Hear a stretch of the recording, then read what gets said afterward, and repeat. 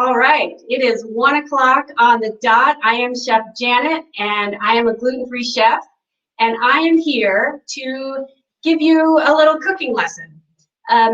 My feeling is that I could teach you to make a specific recipe or a couple of different recipes, but it's my goal that you learn a little bit more about cooking and that you can learn to make your own recipes or make food that you love. For goodness sake, we all know, those of us are here, we're all here because we have some sort of allergy or sensitivity or some sort of special dietary need that really limits us. And there's nothing better than having the food that you love the most. And the way to do that for me most of the time is to make it myself. Going to a restaurant, most of you probably know, can be a little bit tricky. You don't know if you ask all the right questions about all of your dietary restrictions, and do they understand, and are you going to get gluten, or are you going to get something else that you shouldn't have eaten? So my favorite thing is to just make the food that I love at home, and I know I'm going to feel good after I eat it. So let's get started. My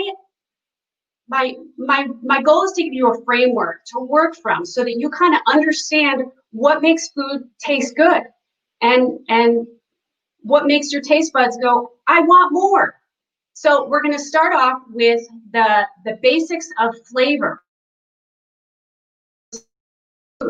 And then some of the ingredients that you can use and that you can keep in your pantry and your fridge so that you'll be able to make the food you love.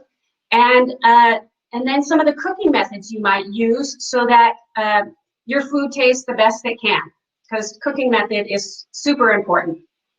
All right, so let's start off with the elements of flavor. I kind of call it the building blocks. You're gonna build the flavor in a dish with different building blocks. And so my building blocks are bitter, sour, sweet, umami, and I will describe that to you if you haven't heard of it, spicy, salty, and mouthfeel. It's funny, a lot of people think about sweet and sour and sweet and salty and all those different combinations of flavors. But I know from cooking for a super picky husband or cooking for super picky kids that the texture of the food is also super important. Some people like their food crunchy, some like it smooth. So that's one thing to consider when you're cooking for yourself or for somebody else. And so let's start back from the top. So bitter foods, you don't always think, oh yeah, I love bitter foods, but you might actually love some bitter foods like chocolate and olive oil and coffee. Those are some really common bitter foods that we all love. Sour, oh, we love pickles, we love sour things. We love Sour Patch Kids, my favorite candy. Sweet, and so how do you get sweet? You get sweet from sugar and agave and honey, and a little bit of sweet can make everything taste better. Umami, what the heck is umami? Have you heard of it before? So umami is recently been added to those things that are, those flavors that our taste buds can sense and something that makes food taste good. And it's a little bit hard to describe, but the best way I can tell you is it's kind of a meaty flavor, and it doesn't only come from meat, but it's this satisfying meaty flavor in food. So in addition to things like beef and meats, hard dry cheeses like Parmesan and cheddar, mushrooms have umami. Maybe you're starting to get the idea from some of those foods that I've described, but it's this satisfying idea that you get from certain foods. Spicy. So you might not like spicy food, you might love spicy food. But no matter whether you like spicy or not, just adding a little bit of a spicy element to your food can make it taste way better. And speaking of making your food taste better, salt. So to me, salt is the number one thing I can tell you to make your food taste better.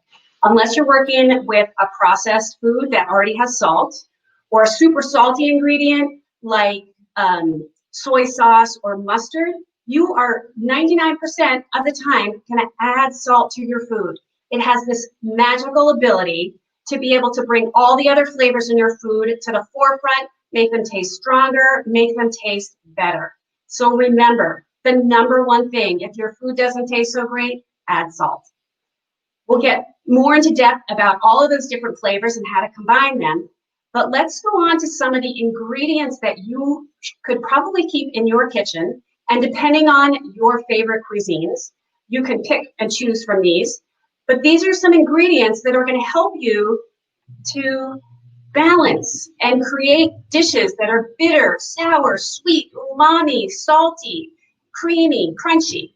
So here's some of the ingredients that I love to keep in my kitchen. And I'm going to load up a PDF on my page at the end that gives you an outline of this whole presentation, as well as one that's going to give a list of a lot of the ingredients that I'm going to talk about today. Excuse me. So 3 things that I love to keep in my kitchen as a base for a really quick sauce. Maybe I have some plain chicken and I just want to make it a little more interesting with a quick sauce. Coconut milk, yogurt, and mayo are 3 things you can add some flavor to, pour it over a piece of chicken or a piece of fish, and it's something better. So base for sauces. Things that I like to keep in my pantry are some olive oil, spices, dried herbs, balsamic vinegar, apple cider vinegar, rice vinegar if you love Asian foods, tamari, soy sauce, or liquid aminos. Those are all pretty similar. Also, if you love Asian foods and you like things that are salty. And then my favorite substitute for soy sauce and coconut and liquid aminos, which I find super overpowering. I prefer coconut aminos.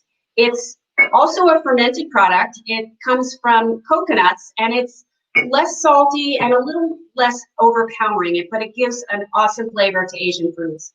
And so some sweet ingredients to have: agave, honey, maple syrup, coconut sugar, just plain old sugar, whichever sweet element you like, have one of those available to balance your foods. And then a spicy ingredient, super important. And even if you don't like spicy food, something like a couple of drops of hot sauce, some cayenne pepper, some red chili flakes can just bring your dish up to another level. So I think I covered all of those. Sour ingredients, things like vinegar. Oh, I covered vinegar, but also sour ingredients like lemon and lime. And these citrus are awesome to keep in your refrigerator for a quick pop of some sort of excitement in your food. The juice, the zest, which I'll talk about in a little bit, are a great way to just add a pop of flavor, and they're quick and easy. And so in addition to fresh citrus, I love having fresh herbs. They can add a nice touch, but if you're in a rush, dried herbs will work too. And then fresh ginger and fresh garlic are 2 of my favorite things to have around to get into a dish super quick to flavor them, especially fresh ginger. It is so incredibly flavorful. It is such a bright color that's really easy. So I highly recommend it, and I'll show you how to use that in a few minutes too. Okay, so those are the ingredients. So let's talk about how you combine different flavored ingredients to make your food taste great. And so bitter, sour, sweet, salty. Those 4 flavors all balance each other. If something's too salty, add some sweet, add some sour, add some bitter to balance out the salt. It goes for all of these. But my favorite way to balance something that's too salty is with a little bit of sweet. Something that's sour. Also, think about some of your favorite foods. What do you love that's sweet and sour? Sweet and sour chicken, lemon desserts. Those are awesome because they have a little bit of sweet, they have a little bit of sour. Let's talk about bitter. So you might not think you love bitter foods, but we love chocolate, most of us. And some of us like bittersweet chocolate, some of us like semi-sweet, some of us like milk. But all those forms of chocolate are balanced by sweet. And that's why that bitter food that we might not like normally tastes amazing. Milk is also a little bit of a sweet ingredient. So milk chocolate tones down that bitterness even more. And then have you ever had salted chocolate? Give me a thumbs up if you've had salted chocolate before. The salt, the sweet, the bitter, it is amazing. And that salt is such a good way to balance something that's bitter. Olive oil can also be a bitter ingredient. Depending on the olive oil that you use, it can be more bitter than others. And salt is a great way to just tone down that bitterness a little bit. Perhaps you're making a salad dressing, or you're making a pesto, and your olive oil was super bitter. So add a few pinches of salt, taste it again, and I bet you're going to find that that bitterness is toned down. So bitterness, calmed down by sweet and salty, and even a little bit of sour. You could add some lemon juice, some lime juice to tone down a bitter flavor. And then sweet. So we all love sweets, don't we? I don't know too many people that don't love sweets. But something that is all sweet, 100% sweet, doesn't taste as good as something that's maybe sweet and salty. I mean, who doesn't love Reese's peanut butter cups? They are salty peanut butter and sweet chocolate. How can you go wrong? Sweet and salty desserts, sweet and salty dishes, like a lot of Chinese dishes that you get at the restaurant, they're sweet and salty. The soy sauce balanced with a little bit of sugar or a sweet element is absolutely amazing. And that's why our taste buds say, give me more. It's the balance. So think about what you like. Think about the people that you're feeding like. Do your kids do a little better when things are on the sweeter side? And if you don't want to use too much sugar, you don't want to use a super sweet ingredient like maple syrup or agave or sugar, orange juice is a great way to add a little bit of sweetness to a dish that your kids might not like, that will help a little bit. I also keep around apple juice boxes just so I can use a little bit at a time. And apple juice is also a great way to add a little bit of sweetness to a dish that might not appeal to whoever you're feeding. So again, think about a dish. Pick it apart. Why do my kids like it? Why does my partner like it? And think about the elements of that. Is it sweet? Is it salty? Is it sour? Is it bitter? Is it creamy?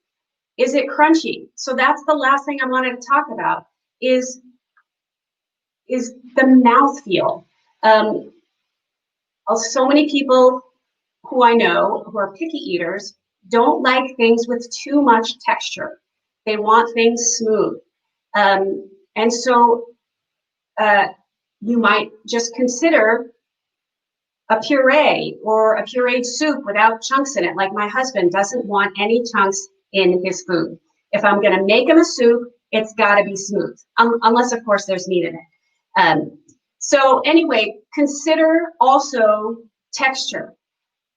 If you're somebody that likes texture like me, I love something that combines crunchy, that combines creamy, that combines something super rich. Rich foods like oils and coconut milk and avocado, things that coat your mouth with a creamy texture, are wonderful. They make all the flavors linger on your tongue, and I enjoy it so much, but I also enjoy combining something that's creamy with something that's crunchy. So again, that's another element that you can add to your food. Let's say you've got something that you made some sauteed vegetables and they turned really mushy. How about just sprinkling them with some chopped walnuts or some toasted almonds, just something to give that dish a little bit of texture. All right, so we're going to combine flavors. We're going to combine textures to make our food taste better. So if there are, oh, I see somebody loves putting olive oil over ice cream. That's awesome. you know, that little bit of bitterness that you get in olive oil over a sweet ice cream. I've never tried it, but that sounds amazing. Thank you for that recommendation.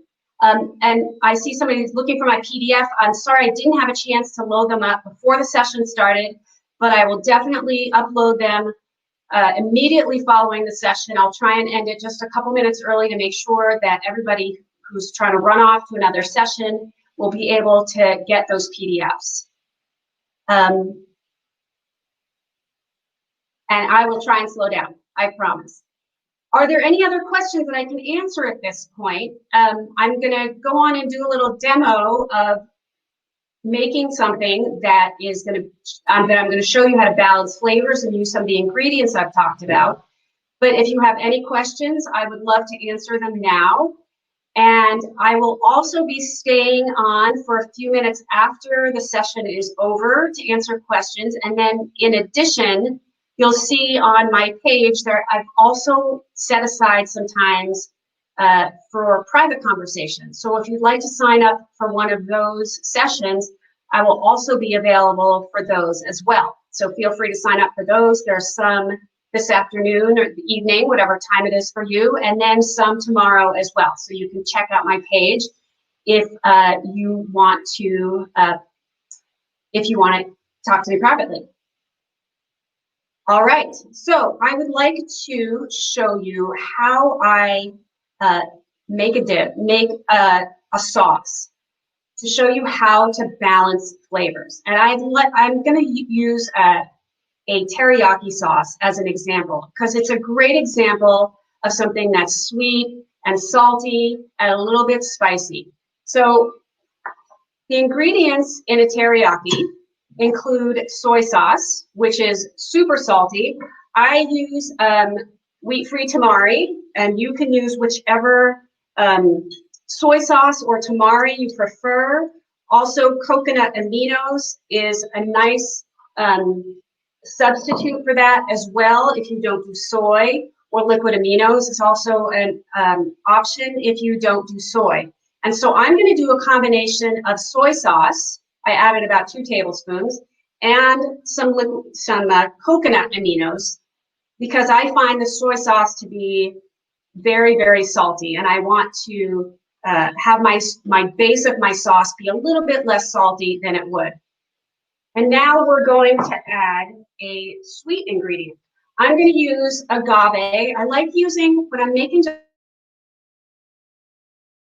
just a quick something that's a liquid. The liquid will just immediately spread itself out into the sauce. You can use sugar, but you might have to heat it up a little bit to make sure that it dissolves. So I'm just going to add 2 drops of agave. And again, I'm not giving you exact amounts, but I do have recipes available for you, but I want you to get the idea of balancing these flavors for yourself and balancing them according to what flavors you love. Do you love it a little more salty? Do you love it a little more sweet? And yes, you can absolutely use honey, you can use agave, you can use maple syrup as well. And yes, there are some gluten-free soy sauces available. I stick with tamari. This is a wheat-free tamari. So really, it's up to you, but liquid aminos is a soy-free option to use instead of soy sauce. And I love the coconut aminos as well. But yes, any liquid sweetener works really well. And so now I've got a salty, I've got a sweet ingredient. Now I'm going to add something sour. Now, traditionally in Asian cooking, they use rice vinegar. I've got rice vinegar here, but if you don't have rice vinegar, you really just need something that's a little bit sour. You could use lime juice. You could use a little bit of vinegar. And so we want to go easy on the sour, so I'm probably going to add about 2 teaspoons.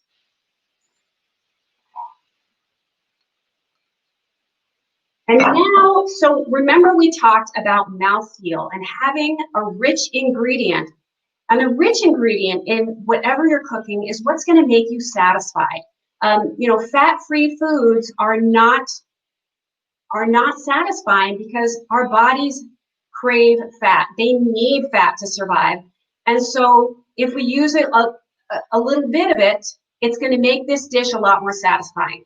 My favorite ingredient in Asian cooking is toasted sesame oil. This is toasted as opposed to untoasted sesame oil. There's a huge difference. The toasted sesame oil, you can see, is it's a pretty dark oil. It has a lot more of the residue of the sesame seed, so it's got tons and tons of flavor, and it's absolutely amazing. You can also use peanut oil. That will work too because that has a really nice flavor.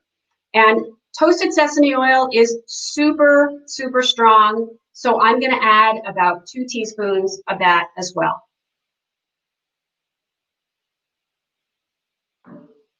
And now for ginger. So if I'm in a super big rush and I don't have even 2 extra seconds, I use powdered ginger. It's not my favorite way to get ginger flavor into my food, but I understand so many of us are juggling more than a million things right now, especially if you've got kids who are doing distance learning. It's pretty chaotic. So I will never tell you not to use dried spice. However, if you got an extra second, fresh ginger is wonderful. And so I'm going to show you the easiest way to take a piece of ginger, and it's a root. Now, it has a skin on it. We want this skin to come off. And in order to do that, I like a spoon. You could use a vegetable peeler, but this piece of ginger, as you can see, has a lot of little curves and cracks and crevices, and they're really hard to get to with a vegetable peeler. So if you take a spoon, hold it between your thumb and your forefinger like this, and you're going to just scrape this skin off of the ginger. It works really well. I usually just kind of scrape it all off on one side. I don't bother with the other side so much. And then I'm going to use something called a microplane. A microplane looks like this. It's basically a super, super fine grater, and it's an excellent way to take ginger and garlic, as I'll show you later, and just get it into a tiny little shredded form that can go right into this sauce and flavor it super quick. So you're going to use it just like a grater. Make sure your finger's out of the way, and I'm just going to run it up and down a few times. And as you can see, on the back of my microplane is all of this very super finely shredded ginger. This can go right in this sauce, and because it's so finely grated, it's going to flavor it right away. I don't have to cook it. So give my microplane a tap. It all falls into the bowl, and now we put a little bit of garlic in teriyaki sauce. So I've got a garlic clove right here. I gave it a little bang on the cutting board, and it loosens the peel. And I've got a nice big one here that I can hold on to, and I'm going to do the same thing. So I love the fact that for this recipe, all I'm using is a bowl, a whisk, and this microplane. And so somebody's asking about a substitute for ginger. So you want something with a little bit of kick. And I might add maybe, instead of using ginger, I might use the zest of a lime. And the zest is the outer skin of the lime, and I'll show you how to get that. It's also with this microplane. And that might add just that little bit of slightly bitter and bright flavor that ginger would add. And so I'm going to take my, my garlic clove, and I'm just going to run it on my microplane. And again, you know, I don't know about any of you, but I really don't like chopping garlic. That tiny little garlic clove, trying to get it into little pieces, and then you end up with chunks that are too big when you're trying to eat it. So again, I ran the garlic clove up and down my microplane. I've got super finely shredded ginger, garlic into the bowl, tap it, and I've got a little bit of soy sauce here. I mean, a little bit of teriyaki going. I'm not sure if you can see it. I'm just gonna give it a little bit of a whisk. And now this is the skill that you need to develop. Is there a substitute for Garlic, onion, I am allergic. There is, I mean, really, I would say, you know, garlic and onion are both a little bit bitter, and, you know, onion can even be a little bit sweet. So again, I might say citrus zest. The outer peel of citrus is just a little bit bitter. It's a little bit sweet. So yes, I would try those instead. I know some people who are low FODMAP can do green onion as opposed to white onion. So that might be an option for you, is to just put some chopped green onion into it. And so, yes, a really good question. How do you store fresh ginger?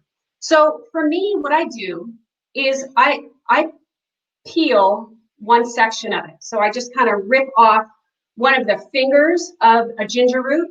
I peel it with my spoon. And the great part about this is if I put it in the fridge, it's just going to dry up and it's not going to work.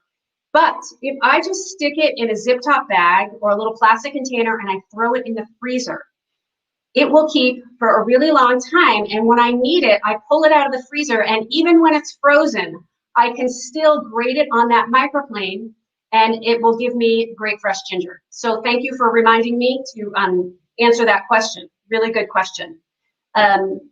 So yes, and so if you take an extra few seconds to peel more of the ginger when you're working with it, then you can have it ready to go next time you use it super quick. All right, so the tasting part. This is something I think a lot of people skip. They maybe follow a recipe and they just do it exactly as it's supposed to be, and then they taste it and they're like, oh, it's not really sweet enough for me, or it's too salty. So I take a spoon, and if I'm cooking for other people, I would have 2 spoons. I would have my spoon that goes into the sauce, and then drop it onto a tasting spoon that I taste. So I'm not double dipping. All right, so, but I'm not cooking for, you're not gonna be able to taste this, so it's just for me. I'm gonna give a little taste. And so what I'm finding is that I'm tasting the ginger. I'm tasting a pretty strong pop of soy sauce, and I'm finding that soy sauce for me is a little bit too much. So in order to tone that down, I'm going to add a little more sweet. And luckily, I started only by adding a couple of teaspoons of agave. And so, you know, you could go up as high as 2 tablespoons of some sort of sweetener with this amount of soy sauce. So I am going to add a couple of more teaspoons of agave. I'm going to give it a stir and then taste. And this is what you're going to do. You're going to taste your food and you're going to decide what about it you like or don't like, and then take a sweet, salty, sour, bitter, maybe even spicy ingredient that's going to help balance whatever you don't like about it. Now, let's say you taste it and it's super blah. If it's blah, a lot of times it's missing salt. So my favorite kind of salt is kosher salt. It's a little bit more coarse. I like Diamond Crystal the best, if you know your kosher salt. And so it's really easy to take a little pinch between your thumb and your forefinger and just sprinkle it lightly into whatever you're making. And so, you know, I'm not going to add any to this because this is already super salty, but salt is an important ingredient when you are cooking to make sure that your food tastes like it should. Salt makes any food taste more like itself. It wakes up your taste buds and lets them taste that food stronger. So blah, a little bit of salt. If it's a little blah, but you taste the salt and you don't want it any more salty, you could add a spicy ingredient. So maybe a couple of drops of hot sauce, and I promise just a couple of drops of a mild hot sauce, or a little pinch of cayenne will not make it spicy. It's just going to also do that same thing that the salt did. So those are 2 pretty good ways to bring something up that's blah. Now, sweet ingredients, sour ingredients, bitter ingredients will also help with something that's blah. But my recommendation is to always start with salt, a little bit of spicy, and then see where you go from there. Do you want it more sweet? Do you want it a little sour? And pick from your ingredients, and I'll have that PDF, so you'll have kind of a list of ingredients. You think, oh yes, this would be good with this. You know, citrus can go just about anywhere. It'll add a sweet, and it'll add a little bit of sour, a little bit of tang. All right, so I'm gonna give a taste. And that sweet made a huge difference. I can taste the ginger. It's got a really strong pop. I can taste the salty, but it's much more well balanced by that little bit of sweet that I added. And so this teriyaki sauce can go on vegetables. You could put it in a pan and stir fry some vegetables. You could marinate some chicken. You could spoon it on your fish a few minutes before you cook it. It's super versatile. And if you are in a rush, you can make this a couple of days ahead, put it in a zip top bag, put it in a container, and then the day you're ready to cook your chicken or your vegetables, just throw them in the container with that teriyaki, let them soak up the sauce a little bit, and cook. You're ready to go. So this took me just a few minutes, but it's such a, it'll keep forever, and it will be very versatile. Rice, starches, noodles, vegetables, proteins. So I'd like to talk about a few other versatile things that I like to have made, either ready-made that I bought at the store, or something that I might make over the weekend when I have some extra time that will help me during the week. And so one of my favorite things to make is also pesto. Pesto is really just a combination of some fresh herbs, some garlic, olive oil, and nuts. So your basic basil pesto is olive oil, basil, garlic, Parmesan cheese, and pine nuts. Now, you don't have to stick with that. Let's say you love cilantro. So how about using cilantro and sunflower seeds if you're nut free? And add a little bit of lemon or lime with cilantro is an awesome combination. And it's the reason that I love pesto so much is that it takes almost no chopping. I take my nuts and my peeled garlic, I put it in the blender or the food processor, I whirl it up to get those pieces chopped, throw in the oil, the herbs, and a little salt.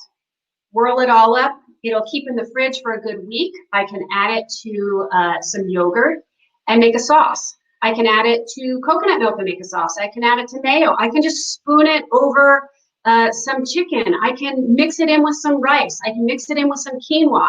Keep it in the fridge for a week, and I can use it 3 times to make one of my dishes that I'm making during the week more interesting. So don't limit yourself to that basil pesto.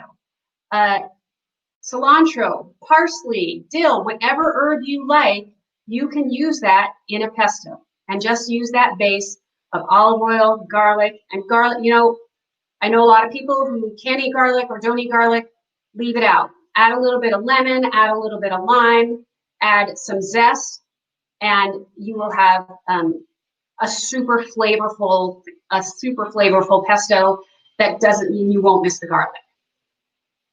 So let me talk about the zesting. So we got some use out of this microplane. And it's such a great tool because it takes any ingredient that you put on it and it turns it into a very small form that will go into your food and flavor it right away. You know, large chunks of garlic and large chunks of ginger take a long time to give up their flavor into whatever sauce. But because we've used a microplane and got it so small, it's going to be flavoring the sauce right away. So the same with citrus zest. All right, so you look at this lime, it's green on the outside. This green outer peel has the flavors, the oils, that beautiful smell of the citrus. And if you can take just that outer layer of the peel and put it into a stir fry or mix it in with some rice and some of the juice, you're gonna have a beautiful pop of lime. So you're not gonna press too hard. The idea is to just get that very outer layer that's bright green. And so I take a spot, I rub it twice, I rotate the lime, I rub it twice. I rotate, I rub it twice. And you can see that where I've run it on the microplane, that it still has a little bit of that green color. If I go all the way down to that more white part, that part is very bitter. And I don't like to go that far because I don't like super bitter foods. You're going to get just a gentle bitterness with the outer layer along with that yummy lime scent and flavor. So you'll just run this gently up and down the microplane, and I just kind of go around in a circle, and then I move to another section, and I make a circle all the way around, just twisting the lime. You give your microplane a tap, and that will loosen all of the lime zest. I'm sorry I don't have a second camera to show you, but I can tell you right now that the smell of lime is in my kitchen, and I am loving it a lot. You can do this with orange. You can do this with a tangerine. You can do this with a lime. I highly recommend anytime you're using lemon or lime in a savory dish, use some of the zest as well, and it can be a nice color right on top of your dish, or it can just be another way to infuse the flavor. How much tamari or coconut aminos did you add at the beginning? I added probably 2 tablespoons of each to start. Yes, so about 2 tablespoons. And you can even start with more. You know, this is just a small amount that made about a 1/4 cup of sauce. But if you want to marinate a bunch of chicken, I would definitely go with a lot more than that. Any other questions? Oh, that's the presentation I've watched. Well, I'm glad you're enjoying it. All right, so I went over citrus. I gave you all your flavors. Let's talk a little bit about cooking methods. So I think that's something that also gets overlooked when we're talking about how you make your food taste better. And I want to start out by you thinking in your head about the difference between eating a piece of chicken that has been either roasted or boiled. Which would you rather eat? And I'm guessing most of you would rather have that roasted chicken. And why is that? So let's talk about roasting. Roasting is a dry method of cooking, and what it does is it concentrates the flavors in your food. Boiling is going to add more moisture. It's going to add more water. It's going to water down the flavor. Roasting concentrates those flavors, gives you a caramelized brown crust on the outside that gives us a little bit of mouthfeel, and also gives us a little bit of richness that we really enjoy. So again, that mouthfeel is super important. Grilling will do the same thing. It's gonna give you that browning on the outside that we all enjoy. Sauteing will give you a little bit of that too. So I want to talk about vegetables. A lot of times you go to a restaurant and you can get steamed broccoli. I enjoy broccoli, and sometimes I enjoy it steamed, but think about the difference between maybe broccoli that's been steamed and broccoli that's been sauteed. I really enjoy it when a vegetable, which does have sugar in it, all vegetables do have some sugar. It's much less than a lot of fruits, but it has sugar in it. And when we take that sugar in a vegetable and we get it caramelized, right? We love caramelized onions. That is because the sugars in the onion have been concentrated, and it brings that flavor more to the front. So sweet vegetables. Yes, vegetables can be sweet, and we can do that by using a more dry method of cooking, or a method of cooking that's going to caramelize those sugars. So yes, steaming is a super easy way. It's clean. There's so little cleanup, and trust me, I am big on cooking with little cleanup.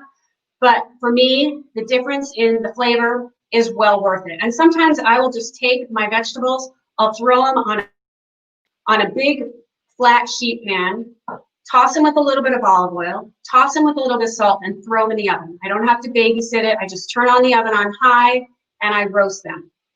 And the key to this is to make sure that you spread out those vegetables. You give them space in between. If they're too close to each other, all the steam that comes out of them as they're cooking, they're going to steam each other. But if you give them a little bit of space and you allow that steam to come up and dry out in the oven, you're going to get that little bit of texture, that little bit of caramelization of the sugars in that vegetable that it's going to make it taste 100 times better. You can do this on the grill, and you can do this in the oven. So either one will work. I even sometimes take a sheet pan of vegetables and I put it on the grill outside because I live in Los Angeles where it is blazing hot sometimes, and turning on the oven is just not a good option. So I have made it an art to bake cookies, to roast my vegetables on the grill. So remember, that's an option too. All right, frying. Who doesn't love French fries? I mean, really, does anybody not like French fries? Or onion rings? And as people who are maybe gluten-free or allergic to things, fryers in restaurants can be pretty dangerous. So maybe you're lucky enough to have an air fryer, or you're lucky enough to have a fryer at home. But that tastes so good because the food gets surrounded by super hot oil, which at a high temperature is also going to give that food texture and caramelize those sugars on the outside. What temp in the oven? So I usually like to roast my vegetables at a pretty high heat. I do it at 400. 300, 350, which is usual baking temperature, I find to be a little bit too low for most vegetables. So 450 works well, and depending on the vegetable, maybe around 20 minutes. Where do you get, I see somebody asked, where do you get coconut aminos? They are becoming much more common. It used to be that this was the only brand that I could find in the markets. That I found it at Whole Foods Market. I think Sprouts has it. But it is becoming much more common. There are several other manufacturers of coconut aminos. So, natural food stores, I've had pretty good luck finding it. Let's see, any other questions? All right. So boiling and blanching. Those are two cooking methods, which are wet cooking methods. And there are certain foods, that you should boil. You should boil your pasta. You should boil rice and quinoa, because those are ingredients that need to absorb water. Beans, they also need to absorb. So that's a good method for cooking those foods if we want to inject water into them. And the one thing that I want to mention about when you are boiling, that you need to add salt to your boiling water. Your pasta, your potatoes, your rice, your quinoa will all absorb some of that salty water, and they are going to be flavored through the whole grain, and they are going to taste a million times better.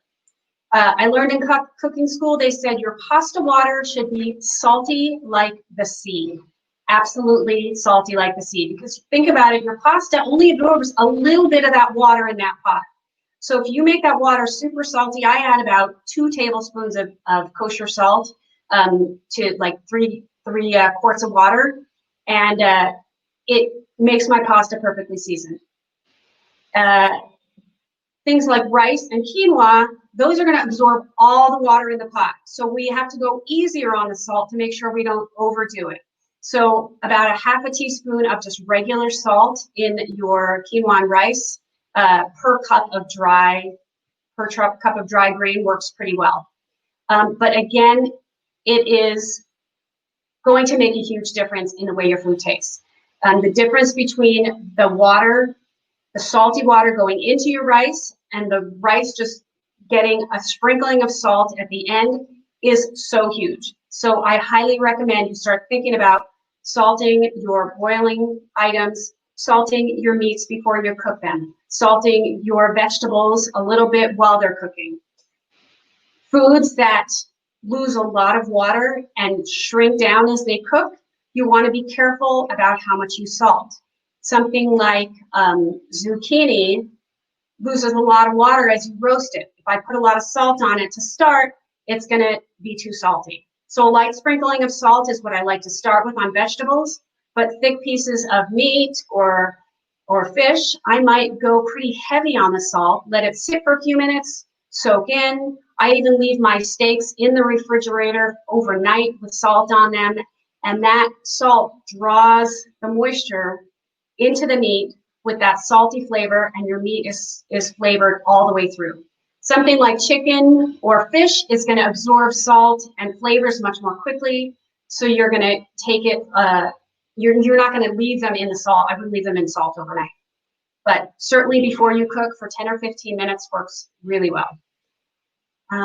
Okay, so let's talk about one dish that I think really kind of sums up everything I've talked about. How are we doing on time? I got 15 minutes. All right. So something that a lot of people love is a hamburger. Why do you love a hamburger? Well, let's think about what is on a hamburger, what is with a hamburger. The first thing you have is a beef patty, or maybe you eat turkey burgers, or maybe you eat veggie burgers, but they have some sort of umami flavor. I bet even your veggie burger has some mushroom in it, which is going to give it that umami flavor. It's on a nice, soft, pillowy, probably slightly sweet bun. Bread is a little bit sweet. It's got crunchy lettuce. It maybe has a slightly bitter, crunchy onion. It has sweet, tangy tomato. It has sweet and sour ketchup. How many flavors have we combined here? We have combined bitter, sweet, umami, salty. We've covered mouthfeel. It's got some texture. It's got creamy ketchup. It's got crunchy lettuce. This is why you might love a hamburger. We have combined all of those things that are the building blocks of flavor. So when you're making your next meal, when you're making your next dish, think about why you like it. Think about maybe adding something just a little extra to elevate it, to bring it to a point where you are dying to take the next bite. Can I answer any more questions? I see somebody gets their coconut aminos, was it, at Kroger. And Bragg liquid aminos, yes, is a good soy-free option for soy sauce. And you can find that at regular grocery stores.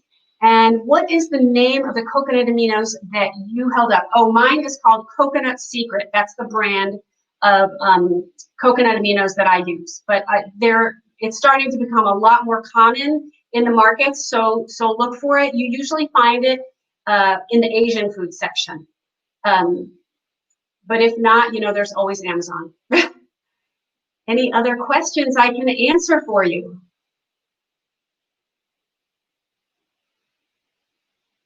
I'll give a few minutes for any of you to type. Let's see. What about heating rice with oil before cooking? Yes, so you can toast so I call it toasting. So you can heat up your pot, and you can do this with quinoa as well. Heat up your pot with a little, just slight coating of oil, and put in your quinoa or your rice and cook it on a high heat for a little bit, just stirring it. And what this does is it kind of gives a toasted flavor to the grain before you add the water. So yes, that is something that you can do to bring out the flavor of the rice a little more. And the other day, my husband loves P.F. Chang, so we had that for his birthday this weekend, and we had a ton of leftover brown rice. So I wanted to repurpose that rice. I wanted to use it. I didn't want it to go to waste. So I took that rice. I added a little bit of coconut aminos. I added a little bit of fresh ginger. I added some orange zest. and I had a little bit of orange juice, and I had a sweet and salty and slightly bitter and slightly tangy dish, a slightly tangy rice with just a few ingredients. It took me just a minute. I mean, pour, zest, squeeze, done. So it's a super quick way that citrus and some of these pantry ingredients are going to take something plain. Maybe you have leftover chicken, maybe you have leftover rice. All of these things can be just brought to another level with just 2 or 3. You know, you can go crazy and put 10 ingredients, and that's fine if you have the time and you want to use all those ingredients. But if you're in a hurry, 3 ingredients, something sweet, something salty, something sour, you are good. That food is going to taste good. So no, aminos, yes, it is spelled A-M like Mary, I-N like Nancy, O-S, aminos. I do not have a cookbook yet. I am on Instagram at Chef Janet K, and I have a blog as well at chefjanetka.com. You can find tons of my recipes there as well. I answer all of my messages and emails. So if you have any specific questions or you need something specific, please feel free to reach out to me. I love hearing from people out there. Yes, suggestions for house mat. I'm sorry, I'm not reading. A salad dressing. A salad. I'm sorry, I'm going to get a little closer on my screen. I believe it says suggestions for a house mat, but I'm not sure what that is. And salad dressing. So salad dressing. You know, salad dressing is another perfect example of something that is sweet, salty, sour, and bitter. You've got slightly bitter olive oil, which also adds richness, right? We've got that nice, rich mouthfeel texture to it. We've got sour vinegar or lemon or lime juice are wonderful substitutions for the sour ingredient. I always add some sort of sweet element. Sometimes it's a juice, sometimes it's a little agave or honey or maple syrup, and then of course some salt. 4 ingredients. So I would start with a third a cup of vinegar. I would add maybe a teaspoon or 2 of a sweetener, maybe some dried herbs. Do you have dried Italian herbs? Add those in. A little drop of mustard, which is also bitter and a little bit salty. Whisk that up. Add your olive oil. Whisk that up. A few pinches of salt. Taste. Do you want it more sweet? Do you want it more salty? Do you want it more sour? Is it too sour? Add some oil. Add a little bit of sweet. Think about balancing those flavors. But yes, and so my favorite salad dressing is vinegar and lemon juice, about a third of a cup. A teaspoon of dried Italian herbs, some salt, 2 teaspoons of a sweetener, and olive oil.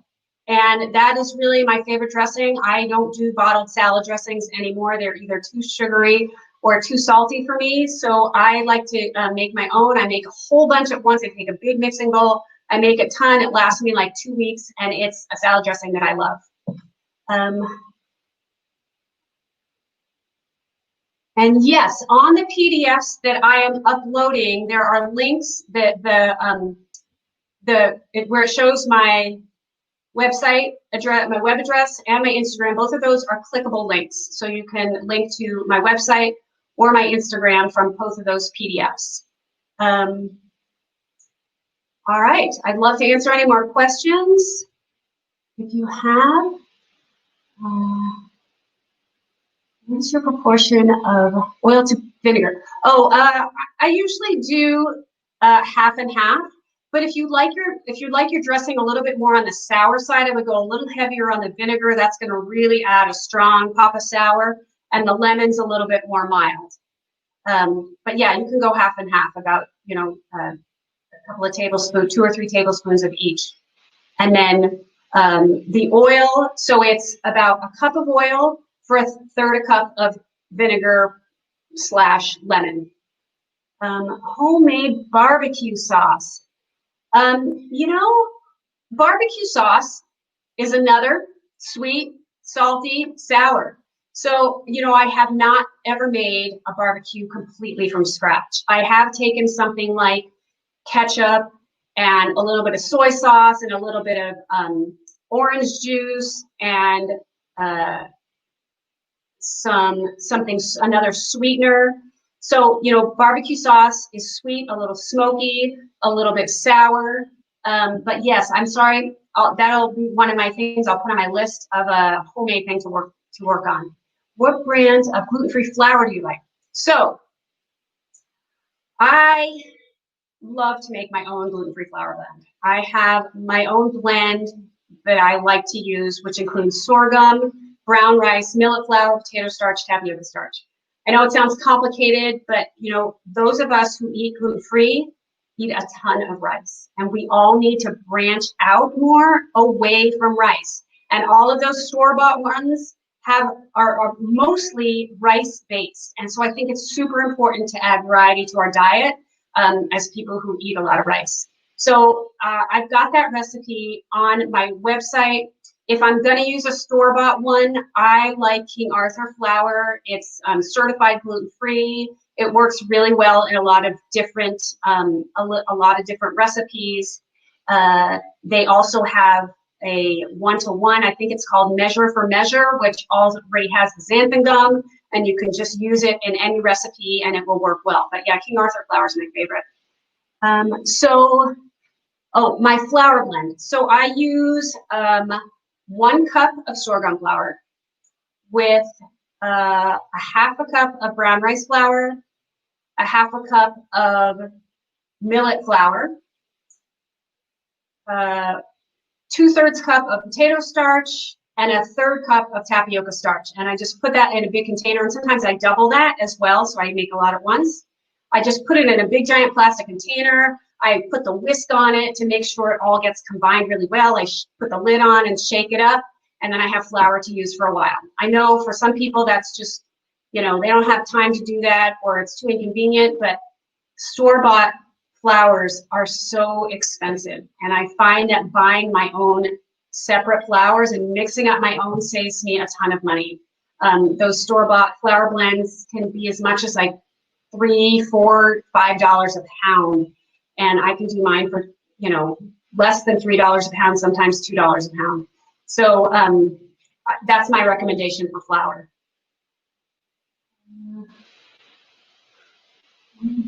Listen, thanks for listening all day. Thank you so much. I appreciate that. I'm hoping that the PDFs are going to show up on my speaker page. If they do not, so here's the thing: if you cannot find my PDFs, please email me or direct message me on Instagram. But email is probably the best because I can just send them to you directly from my email. I am chefjanettk@gmail.com. But yes, I'm going to upload those PDFs, and hopefully you will be able to access them through my speaker page.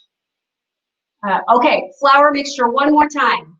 1 cup sorghum flour, a half cup millet, a half cup brown rice, 2/3 cup potato starch, and 1/3 cup tapioca starch. Yeah, the PDFs are not up on my page yet. As soon as I get off here, I'm going to upload them. And again, if you don't see them, please just let me know and I will be sure that you get them. And it pretty much covers, it's just kind of an outline of everything I covered today and all of the products that and all of the ingredients that I think would be a great idea to have in your pantry and in your fridge. Any other questions? How are we doing on time? All right, so my presentation is done. I hope you enjoyed. I hope you got some information you can use. I hope that you can take what I've given you and make food that you love. Make something that you're excited to eat. And please let me know if you have any more questions. Sign up for one of my private sessions if you would like to have a conversation with me. I'd love to hear from you. And the PDFs, I'm going to upload them right now. So you're going to see me right in front of my camera. All right. Actually,